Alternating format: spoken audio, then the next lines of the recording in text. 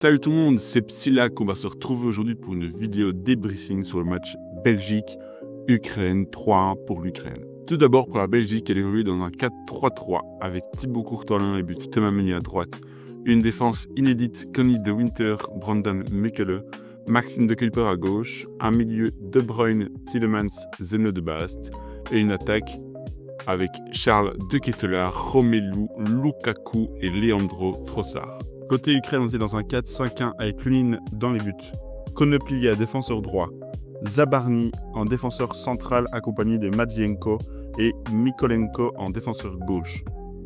Un milieu à 5 avec comme ailier droit Tseyenkov, dans le milieu central Zinchenko, Kaluzny, pardon de la prononciation, Shaparenko, Sudakov en ailier gauche et seul en pointe de l'attaque Yaremchuk. Lors de ce match, il y a eu plusieurs problèmes pour la Belgique, notamment offensivement, avec 4 frappes cadrées, mais une seule de ces 4 frappes est dans la surface.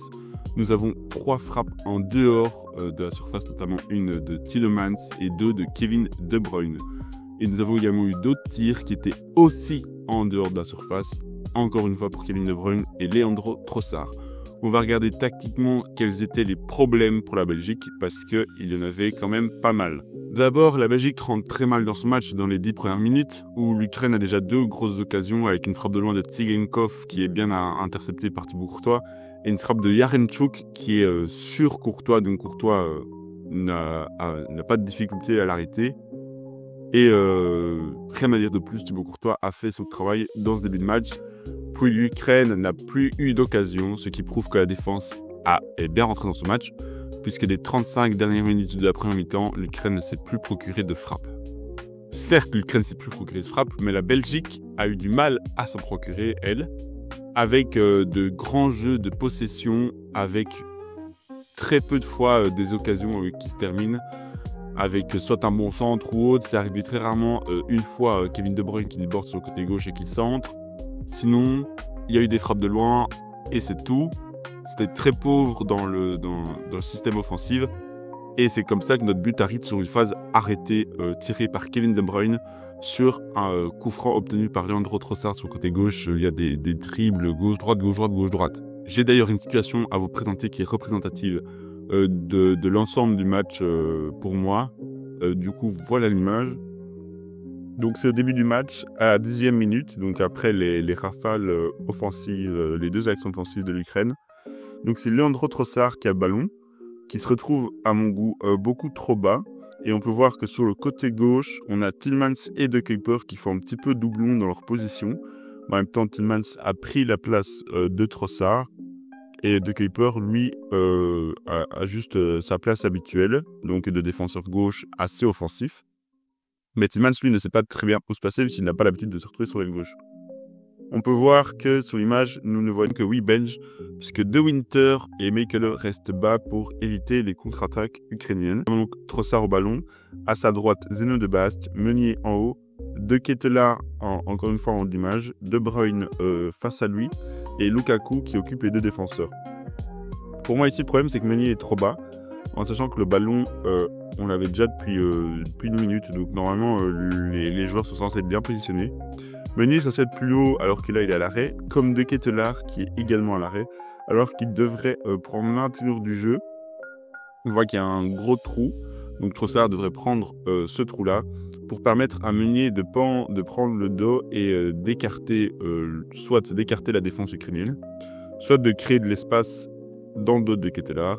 Et du coup, Trossard pourrait jouer ce ballon-là et avoir une occasion de centre après pour Thomas Meunier, pour un Lukaku, ou au pré-photo, ou en retrait pour un Kevin De Bruyne qui serait très certainement positionné, ou même un Charles De Ketelaere. C'est arrivé plusieurs fois que Trossard descende aussi bas et que du coup Tielemans se retrouve trop haut et que le reste, Charles De Ketelaere, lui, restait trop dans sa position d'ailier droit alors qu'il n'est pas habitué à ça et qu'il devrait plus rentrer à l'intérieur du jeu. C'est pour ça qu'en premier temps, De Ketelaere ne touche pas beaucoup de ballons. Et les seuls ballons qui touchent, c'est quand Meunier déborde sur le côté droit et que du coup, on joue sur eux sur le côté droit et ils jouent à 2. Donc ces situations-là se sont répétées plusieurs fois pendant le match où tout simplement les Belges n'étaient pas bien positionnés et n'accéléraient pas le jeu et étaient plutôt lents. Les seules fois où les Diables ont accéléré le jeu, il y a eu des occasions intéressantes, comme ici le centre de Kevin De Bruyne, qui va finir avec un dégagement ukrainien. Donc ici, à la 54e, il y a une occasion pour la Belgique en contre-attaque. C'est Mené qui la contre-attaque sur son côté droit. Et il va jouer vers Trossard, qui est encore une fois dans le centre du jeu, qui s'est très souvent retrouvé en position de 10 plutôt que d'ailier gauche, comme j'ai dit, ou qui descendait très bas. Donc il y a ici Trossard dans l'axe du jeu, avec De Ketelaere qui est juste devant lui, De Bruyne en position d'ailier gauche. Trossard va écarter sur Kevin De Bruyne, donc ça il le fait très bien. De Ketelaere du coup lui prend le côté gauche en dédoublant, il passe devant Kevin De Bruyne, mais il prend le côté gauche pour attirer le numéro 6 ukrainien avec lui. Et De Bruyne lui du coup ne prend pas l'appel de Ketelaere, il aurait pu, mais c'est pas dramatique. Et il va pouvoir armer une frappe pied droit un peu molle, mais c'était assez intéressant. Ici, c'est une bonne contre-attaque mise en place par la Belgique. Donc ici, nous avons le 1 partout de l'Ukraine. On a une Belgique qui joue avec une densité énorme dans le milieu de terrain. Et l'Ukraine qui suit beaucoup la Belgique. C'est pour ça que Trossard va écarter le jeu pour jouer sur De Winter. Et on peut voir ici qu'il y a l'attaquant ukrainien qui vient de rentrer, qui a centre du coup et qui part pile au moment où Trossard fait la passe. Parce qu'il sait que De Winter est tout seul et il n'a aucune solution de passe, puisque Meunier rentre dans l'intérieur du jeu pour créer de la densité. Ici, c'est une erreur des deux pour moi, de Trossard et de Winter, ce qui offre un face-à-face. Et là, Thibaut Courtois ne sait rien faire, la frappe est parfaite.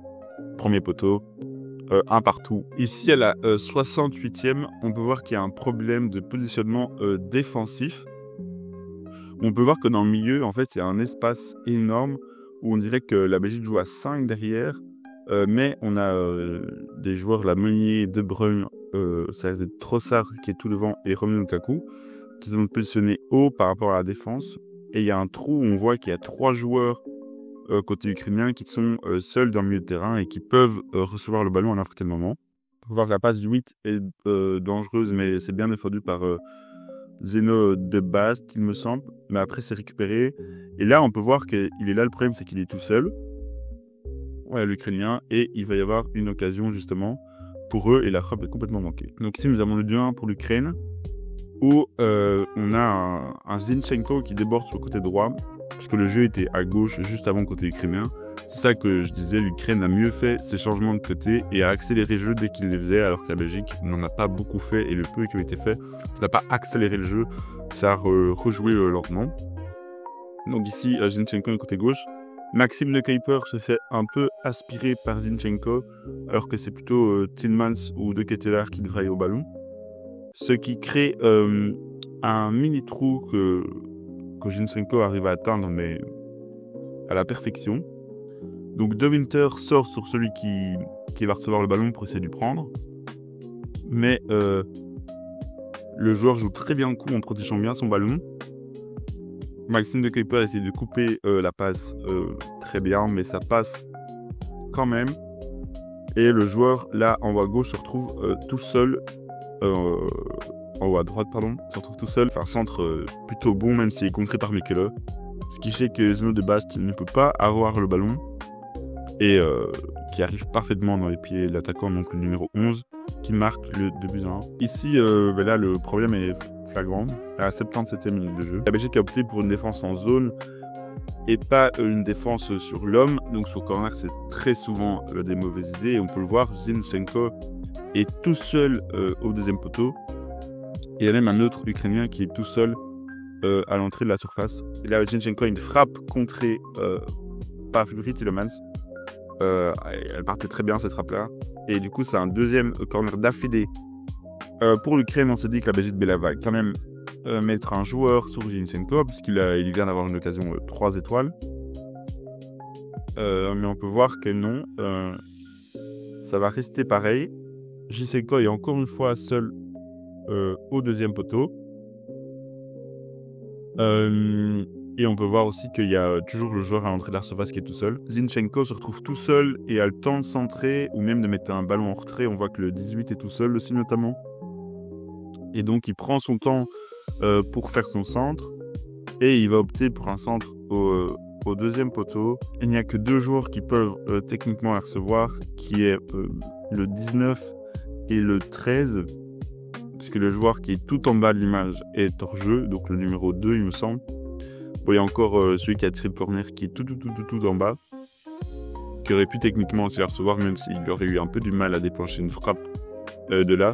Donc il n'y a que le 19 et le 13 peuvent techniquement recevoir le ballon marqué. Et le 13 est pris par Connie de Winter, qui le lâche en fait sur ce coup-là.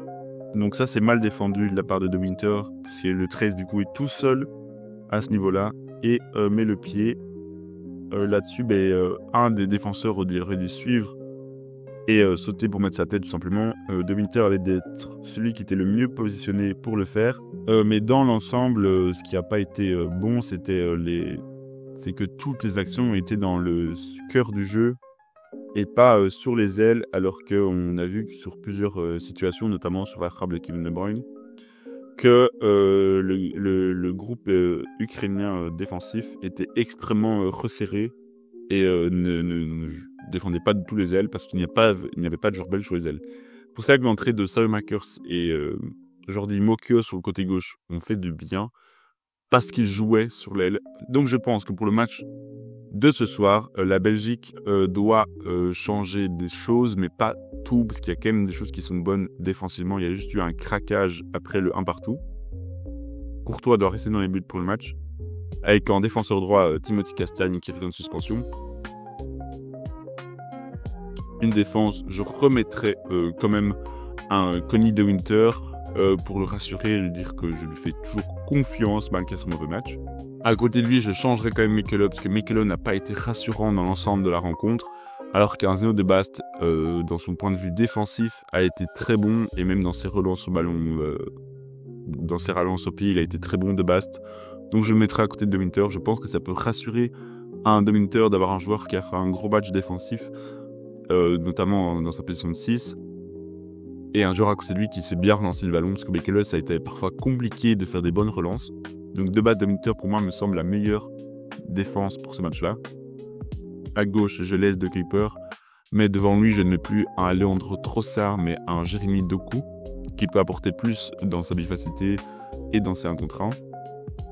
Au milieu de terrain, Timat est suspendu, donc Raskin est obligatoirement dans ce milieu, avec très certainement un Brennan Heinen. Je pense que ça peut être assez intéressant, un double 6, un De Bruyne en 10 qui sera très à l'aise, et à droite, à la place de Charles de Ketelaere qui avait du mal à prendre l'intérieur alors que c'est ce qu'il fait de mieux normalement, je mettrai un Denis Luque-Baclio, et en pointe un Loïs Openda parce qu'il va avoir à mon avis quelques ballons dans la profondeur, mais à voir parce que Lukaku était un peu lent au démarrage, alors qu'Openda démarre très vite, et on a pu voir qu'il y a eu certaines occasions où Kevin De Bruyne lance Lukaku et Lukaku n'arrive pas à finir parce qu'il est un peu trop lent au démarrage, alors qu'Openda lui pourrait prendre de vitesse les joueurs ukrainiens et marquer des buts en se retrouvant face à l'Unine. Voilà, j'espère que cette analyse tactique et des problèmes défensifs et offensifs de la Belgique vous a plu et que vous êtes d'accord avec le point de vue que j'ai montré. Si pas, n'hésitez pas à mettre un petit commentaire. C'était Psylac. On se retrouve très bientôt. Ciao!